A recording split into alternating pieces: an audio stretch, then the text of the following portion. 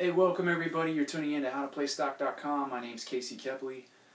In today's video, I just wanted to go over a couple things real quick. And there's a lot of concern right now in the markets in regards to whether or not the stock market is overvalued. Okay, so I'm going to be covering PE ratios on a lot of the indexes that are out there right now. And then I'm going to go into why I think the stock market is overvalued and things that you can do to kind of prepare, or places where you can put your cash in the meantime if you're looking at the stock market and you're planning on investing, but you really don't want to because it's overpriced, or you may think that the prices overall across the markets are too high. So stay tuned, keep watching, and I'll see you in the next portion of this video.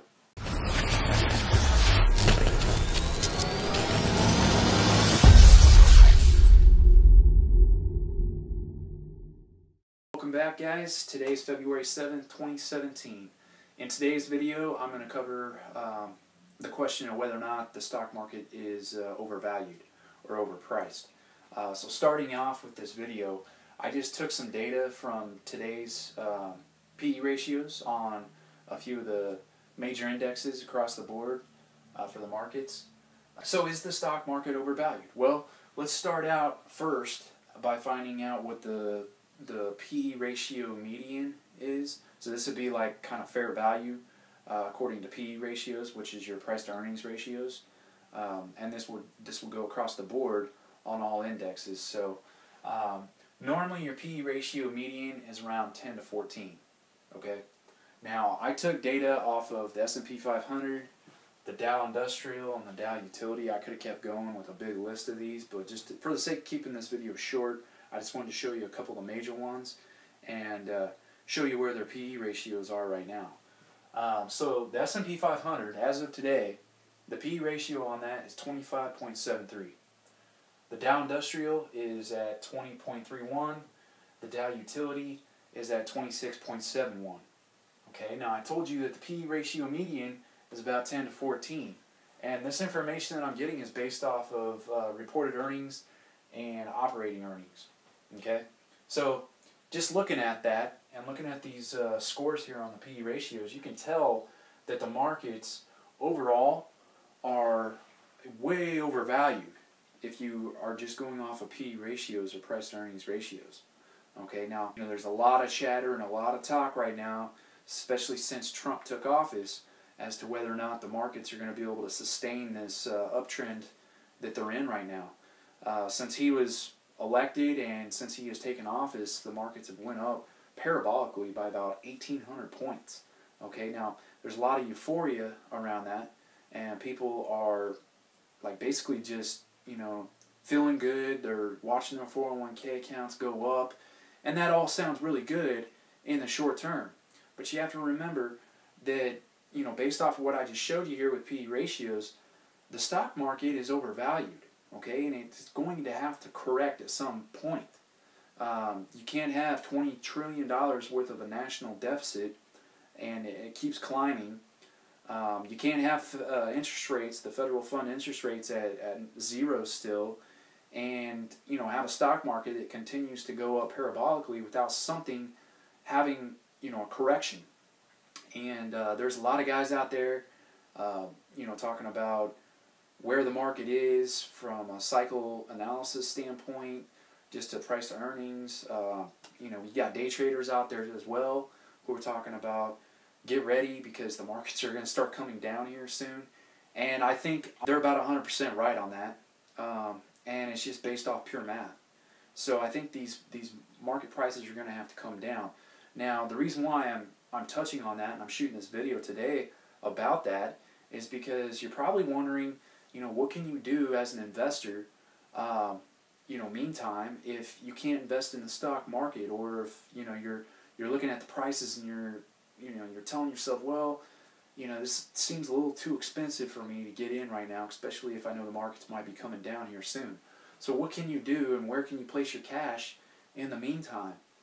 I'm going to cover that here with you real quick. So let me go ahead and just get rid of all this information right here on the PE ratios.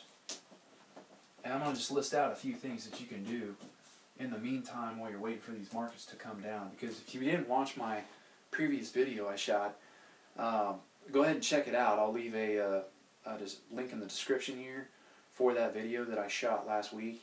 And I went over the business cycles and how John Templeton made his money, through his investing career, and built a lot of wealth through business cycles and wealth cycles. So if you haven't watched that, go back and watch that, because what I'm going to show you here is going to help you prepare for that, so that you can jump in and buy up, the stock market for, pennies on the dollar or even fair value. So, and this is what I'm doing right now as well. So the advice that I'm giving you is stuff that I'm actually doing right now. That's one thing I try not to do, is give people advice on, on things that I wouldn't do myself. So, one thing that you can do is pay off debt in the meantime. So guys, if you have credit cards out there right now with balances on them, pay them off, okay? Because for God's sakes, I'm telling you right now, when you don't have bills and you don't have to pay some bank plus interest on whatever it is you owe as far as debt, when you don't have to do that, guess what? You have money. And when you have money, or cash, currency I'd like to call it, when you have that, you're basically just playing a timing game at that point, and you can hold on to it and wait and get good deals on stuff, okay? So pay off the debt, because paying off the debt's going to give you some cash, in your pocket. Not to mention, if, we had a liquidity freeze in credit, because the markets, suffer a stock market type depression, like we had back in 1929, if that were to happen and all credit freezes, your money is tied up in banks or in brokerage firms or whatever it might be, it's going to be useless anyways. You're not going to be able to have access to it. You won't even be able to withdraw it. Okay, and I'm not trying to scare you here by saying this, but these are legitimate concerns and facts. Okay, you can go back and do a little bit of research on Cyprus and the whole bank holiday that they had just a few years back. Okay, and just do a little research on it, because you'll find out that a lot of people didn't have access to their cash. So if you can get cash in your pocket by paying off debt, that's a great start, especially when you got the stock market's overpriced or overvalued. The second thing you can do, you can invest in a business.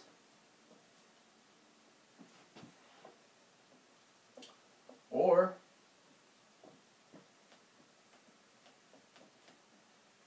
even better, you can invest in yourself, okay? Like right now, I've got a lot of money that I've invested in myself. I'm going back to school for new skill sets that I can acquire, so that I can, get a new job that I actually like doing. And, if I'm gonna have to work for someone else, at least it's, at least I can tolerate it, and it's tolerable. So you can do something like that. And I said invest in a business as well. So you can invest in whatever it might be that you have a passion for. Okay? These things usually, they take a little bit of time to build up so that you can get some returns on them. But usually over time, the interest that you get back, or the rate of return that you get back on these investments, is going to far outweigh anything that you would get in the stock market, okay? And I'm talking long term here. So I always encourage people, invest in yourself, maybe go build a business on the side while you've got a job. Those are things that nobody really can take away from you, okay? The third thing you can do is buy some physical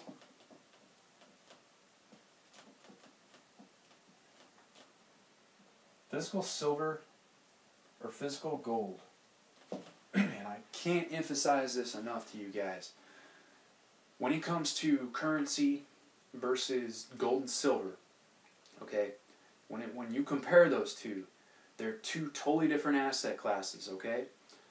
The asset class that silver and gold are in are commodities or precious metals. But if you do a little search, research on history and go out on the internet and search around on gold and silver, historically what it's done and how it's performed over time backed up against other currencies, you'll find out that gold and silver have an intrinsic value, so they maintain their purchasing power, okay, and they go up over time. They always have and they always will, and that stays true going back over 5,000 years in history. So I would highly encourage, if you're not going to do either of these, buy some physical silver and gold and just hold on to it, okay? Because at least with silver and gold, they can still be used as a form of exchange, all right? And if you don't know what I'm talking about here with the components of real money, I've got a video on that as well. I'll leave a call card, or you can click on the link here in the video that I have for that, and I cover the differences between currency and silver and gold, and I explain why silver and gold are real money. So at least by doing that, you're getting into something that's a hard asset. Okay, now these are the top 3 things that I would probably do.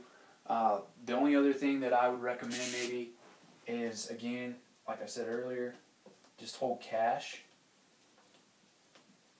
Alright? So for instance, with me, right now I'm getting a tax return back, and it's a pretty hefty amount. And what I'm going to do is I'm paying off my credit cards, alright? Getting rid of any balance that I might have. It's not a whole lot, so I can pay it off. And I haven't acquired a whole lot of debt. So paying off the debt for me is not going to be a problem. So I'm going to pay that off first, and then the remaining balance that I have, which is going to be about roughly $1,500 to $2,000, I'm going to hold on to that cash, because right now putting it in the stock market, it just didn't seem like a really wise decision for me to do. And the reason why is because I'm invested in real estate, okay, commercial real estate. But it's a paper asset. It's through a stock. And the thing is, if I invest in this right now, for me, I think it's a fair price for what I'm paying, okay, but it could go up, especially over the next few months while we're still experiencing this euphoria with Donald Trump being in office and with the stock market continuing to climb. So I don't want to buy in right now, because I'm afraid that I might be buying in too high, especially if we go into a recession here in the next 6 to 7 months. Well, that price is going to drop dramatically, okay, which means I can buy up more shares. And that's what I'm talking about when I say you can hold on to cash and you can buy up the broad market or a stock for pennies on the dollar or at fair value. You can just wait till that price comes down during the recession, so that you can actually get an idea of what that fair price is going to be. All right? And then from there you can invest and buy up more shares than what you would be able to acquire if, say, you bought in right now. So that's what I'm doing. And these are just a few things that you can do as well. In the meantime, if you're not planning on investing in the stock market, because guys, like I've said, get ready. It's inevitable. It's going to happen. All right, and I strongly believe that the stock market, I'm not going to make any exact date predictions here, but I strongly believe that the stock market's going to be coming down sometime this year. And from what I'm getting from a lot of my sources, all right, who are legit, I mean, I'm talking guys from Wall Street all the way up to some of your top financial investors on planet Earth. A lot of these guys, they may word it differently, but a lot of them are all saying the same thing, and that is, get ready, because sometime, probably within the third quarter of 2017 or going into 2018, we're going to experience something. Nobody knows how far it's going to drop, and nobody can put an exact date on it, but we all know it's going to happen. So a lot of us are preparing right now and getting ready and just, doing things like this, things that are going to be consistent, things that you can actually kind of control or put your hands on physically and hold on to while we go through this contraction or recession or whatever you want to call it. Here, I don't know, I'm going to say probably in the next year or year and a half, okay? But that's all I have for today. You're tuning in to howtoplaystock.com. These are today's investors' investing tips.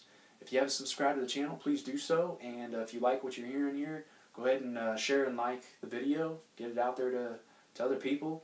And if you have any suggestions or comments you want to leave, please do so, because I'd like to hear back from you guys and hear your thoughts on this, okay?